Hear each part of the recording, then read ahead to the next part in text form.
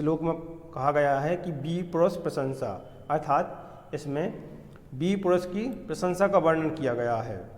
तो इसको पढ़ेंगे। विनप्यय अर्थैवीरय स्पर्शति बहुमानोन्नतिपदम क्षमायुक्तौ अर्थै परिभावपदम यतिकृपणः स्वभावदूत भूताम गुण समुदाय व्यक्ति विषयानां धरन्ति शैनै स्वकृम घृतकन कमलोऽपि लभते। अर्थात इसमें बी पुरुष जो थे उनकी प्रशंसा का वर्णन किया गया है। तो इसका अर्थ है बी पुरुष जो होते हैं विनप्यय अर्थैवीरय, मतलब बिना धन के भी बिना धन के भी अत्यंत सम्मान और उन्नति के स्थान को प्राप्त करते हैं। जो बी पुरुष होते हैं उनके पास अगर धन नहीं है तो भी वह बहुमानु उन्नति पदम, मतलब अत्यंत सम्मान एवं उन्नति के स्थान को प्राप्त करते हैं। जो बी पुरुष होते हैं वो बिना धन के भी अत्यंत सम्मान एवं उन्नति के स्थान को प्राप्त करते हैं। ठीक। क्षमायुक्त अप्यर्थै परिभव पदम याति कृपणः, अर्थात इसका अर्थ है कि जो कंजूस होते हैं वो धन के संपन्न होने पर भी, जो कंजूस व्यक्ति होते हैं अगर उनके पास अच्छी मात्रा में धन भी है और सभी साधन भी हैं, तब भी वो इतने यश को और उन्नति के स्थान को प्राप्त नहीं करते हैं। ठीक। तो इसमें कहा गया है स्वभाव दुदुभूताम गुण समुदाय व्यक्ति विषयम, अर्थात गुणों के समुदाय को प्राप्त कराने वाली और अपने स्वभाव से उत्पन्न कांति को क्या स्वर्णमाला के धारण करने के लिए कुत्ता भी प्राप्त कर सकता है। अर्थात गुणों के समुदाय को प्राप्त करने वाली को, जो गुणों में से संपूर्ण अच्छे हैं, उसमें क्या कर सकते हैं, गुण समुदाय व्यक्ति विषयम का अर्थ होता है क्या, गुणों से समुदाय को प्राप्त कराने वाली। ठीक। वृत्तिम से ही स्व किम घृत कामलोऽपि लभते, अर्थात श्वान मतलब क्या होता है, कुत्ता। ठीक। तो इसको कुत्ता भी प्राप्त नहीं कर सकता, अर्थात जो गुणों से समुदाय प्राप्त कराने वाली है उसको सिंह की क्रांति को क्या स्वर्णमाला का कुत्ता भी प्राप्त नहीं करा सकता। तो इसमें बी पुरुष की प्रशंसा के बारे में कहा गया है कि बी पुरुष जो होते हैं वो बिना धन के अत्यंत उन्नति के स्थान को और सम्मान जो होता है उसको प्राप्त कर सकते हैं, और जो कंजूस व्यक्ति होते हैं उनके पास यदि धन पर भरपूर मात्रा में होता है तब भी वो अपराजय यानी पराजय को प्राप्त नहीं कर सकते हैं। ठीक। तो इस प्रकार इसमें बी पुरुष की प्रशंसा के वर्णन किया गया था। इसके बाद नेक्स्ट देखेंगे गुण प्रशंसा। इसमें गुण की प्रशंसा के बारे में कहा गया है कि व्यक्ति के गुण किस प्रकार से होने चाहिए और अच्छे गुणों की किस प्रकार से प्रशंसा होती है। तो इसमें हम पढ़ेंगे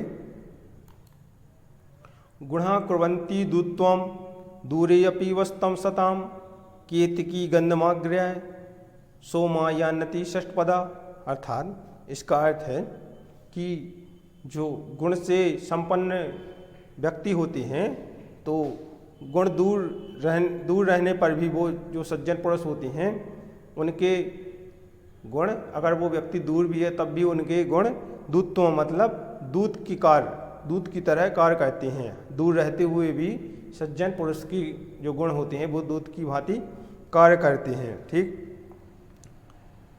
दूर्यपि वसतम सातम केतकी गंधमाग्र्याय स्वमापि षटपदा, अर्थात सज्जनों की जो प्रसिद्धि होती है या संत महापुरुष की जो प्रसिद्धि होती है वो उनके गुणों की कारण ही होती है कि किस सज्जन पुरुष के गुण किस प्रकार के हैं।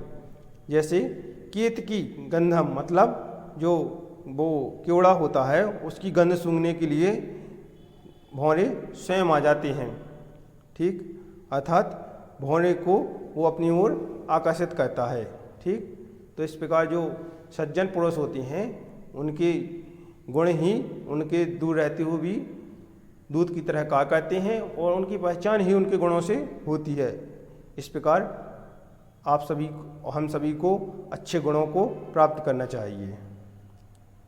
इसके बाद नेक्स्ट है वाग्भूषणम, अर्थात वाग्भूषणम का अर्थ होता है कि आभूषण मतलब व्यक्ति को चरित्र में किस प्रकार के आभूषण को होना चाहिए, इसका वर्णन इस श्लोक में कहा गया है।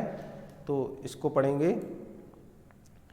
कीरू न विषु कीरऊ न विभूषयन्ति पुरुषम हारा न चंद्रलोकोज्ज्वल न स्नानम न विलोपनम न कुस्मन न आनंदा मूर्गज वारणिका शमल करोति पुरुषम यह संस्कृता धार्यते क्षीयन्ते खलु भूषणानि शतम वाग्भूषणम भूषणम।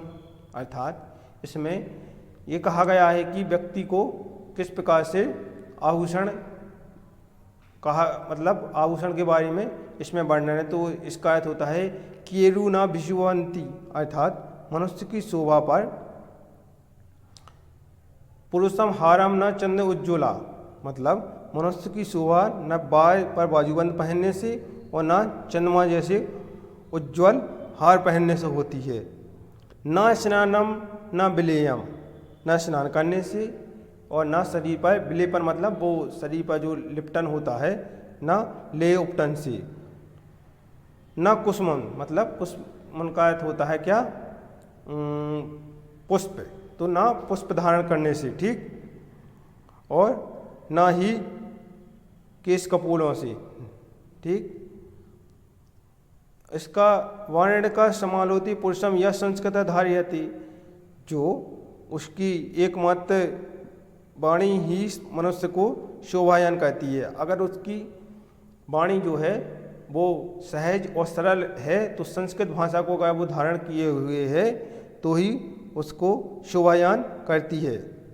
अन्य सब वो आभूषण तो जैसे नष्ट हो जाते हैं, लेकिन जो वाणी रूपी आभूषण होता है ना, वो कभी नष्ट नहीं होता है। तो इस प्रकार इस श्लोक में कहा गया है कि जो सज्जन पुरुष होते हैं या कोई भी व्यक्ति, तो उसकी जो आभूषण होता है ना शरीर का, उसमें संस्कृत रूपी अगर भाषा सहज और सरल है तो वह सभी आभूषण तो नष्ट हो जाएंगे, लेकिन वो संस्कृत भाषा का जो आभूषण है वो व्यक्ति के पास हमेशा बना रहेगा। तो इस प्रकार इसमें आभूषण के बारे में वर्णन किया गया था। इसके बाद नेक्स्ट पढ़ेंगे।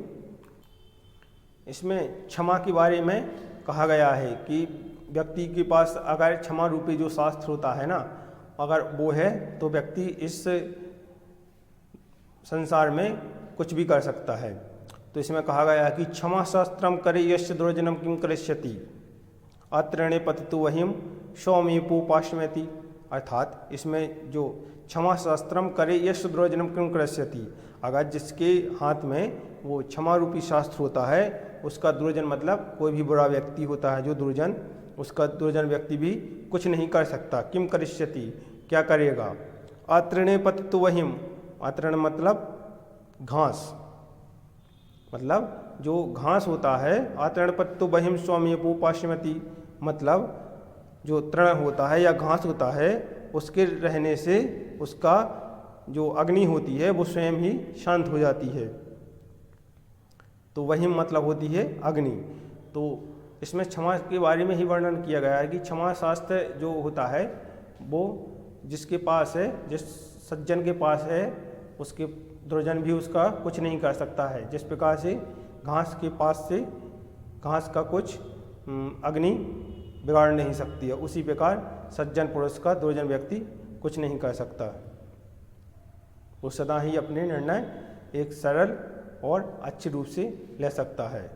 इसमें नेक्स्ट है मित्र स्वरूपम, मतलब इसमें मित्रता के स्वरूप के बारे में कहा गया है कि मित्र किस प्रकार का होता है और किस प्रकार से वह सुख दुख में उसका साथ देता है। तो इसको पढ़ेंगे।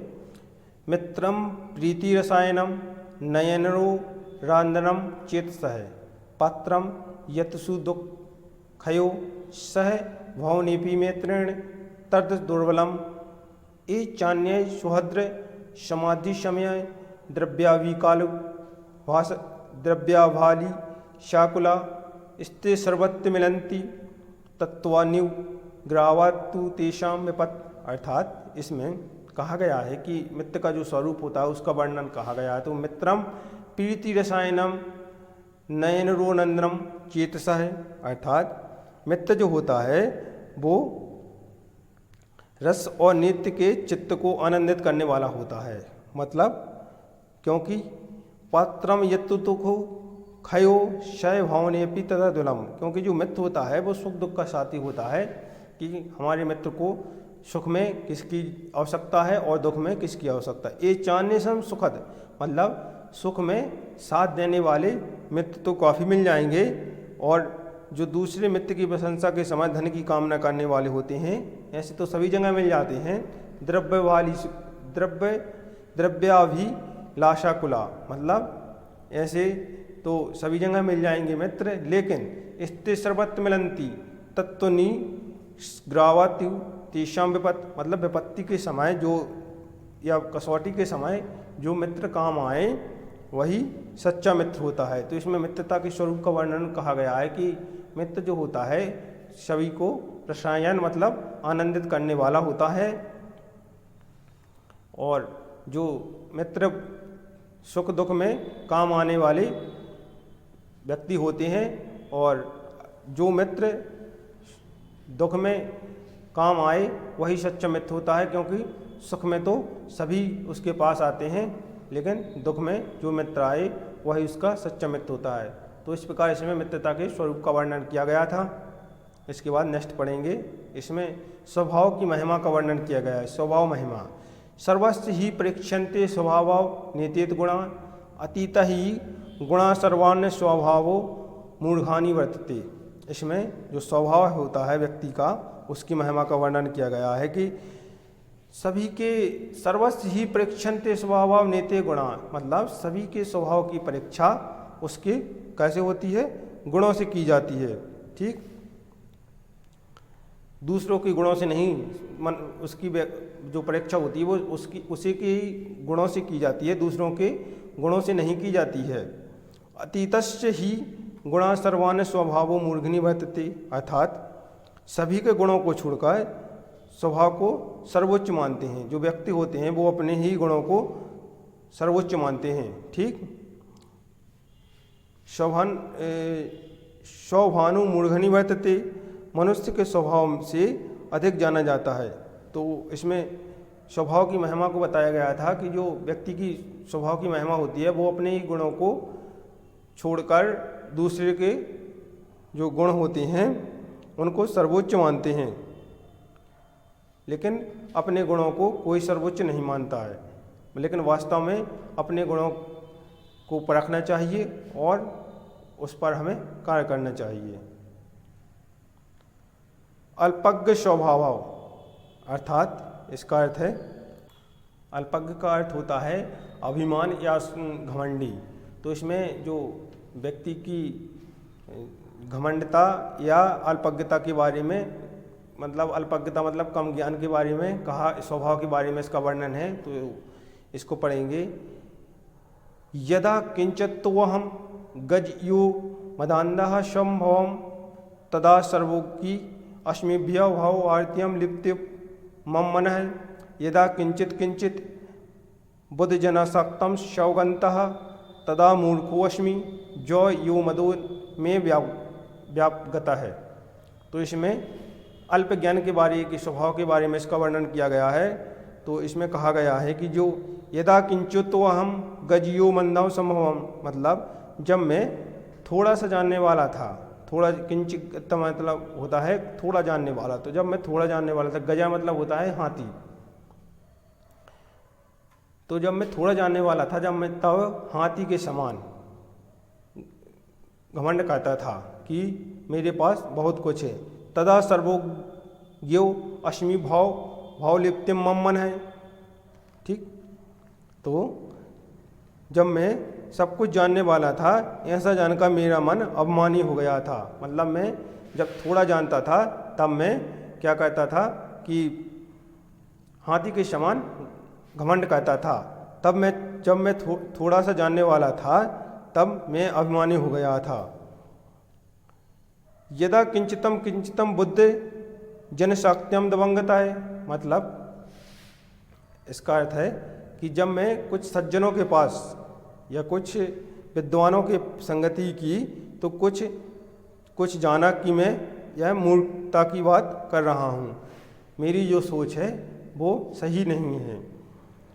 तदा मूर्खतो अस्मि जो यू मदो में व्यापगता है,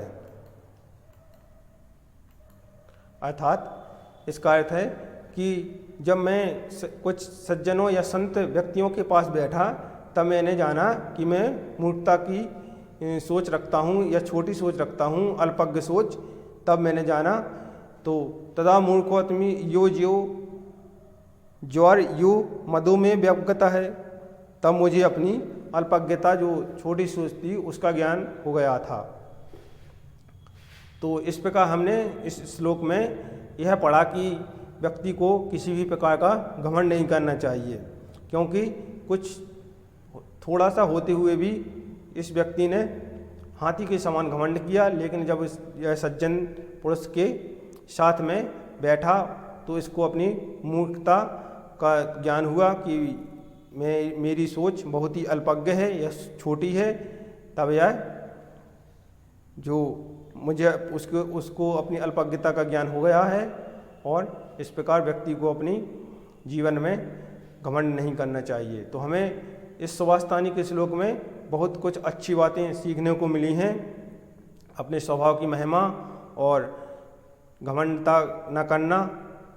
जैसे कि इसमें मित्र के स्वरूप का वर्णन किया गया था, तो हमें यह सीख मिली कि मित्र जो अच्छे समय में आए वो तो सभी मित्र होते हैं, लेकिन जो कठिन परिस्थिति में साथ दे वही सच्चा मित्र होता है।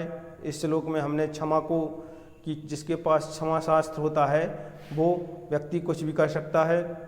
इसमें हमने आभूषण के बारे में कि व्यक्ति का जो सही आभूषण है वो क्या होता है, और इसमें गुणों की प्रशंसा के बारे में वर्णन कहा गया है। इस श्लोक में वीर पुरुष की प्रशंसा के बारे में पढ़ा था। इसमें हमने परिश्रमी लोगों की प्रशंसा के बारे में पढ़ा है।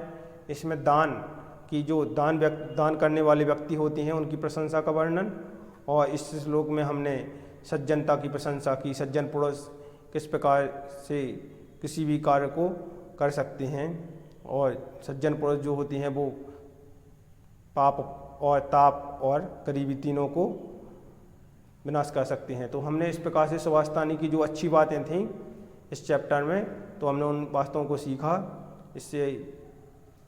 तो इस प्रकार हमने चतुर्थ पाठ की सुभाषितानी श्लोक को अच्छी तरह से पढ़ लिया है। आप लोगों को बहुत ही अच्छी तरह से समझ आ चुके होंगे। धन्यवाद।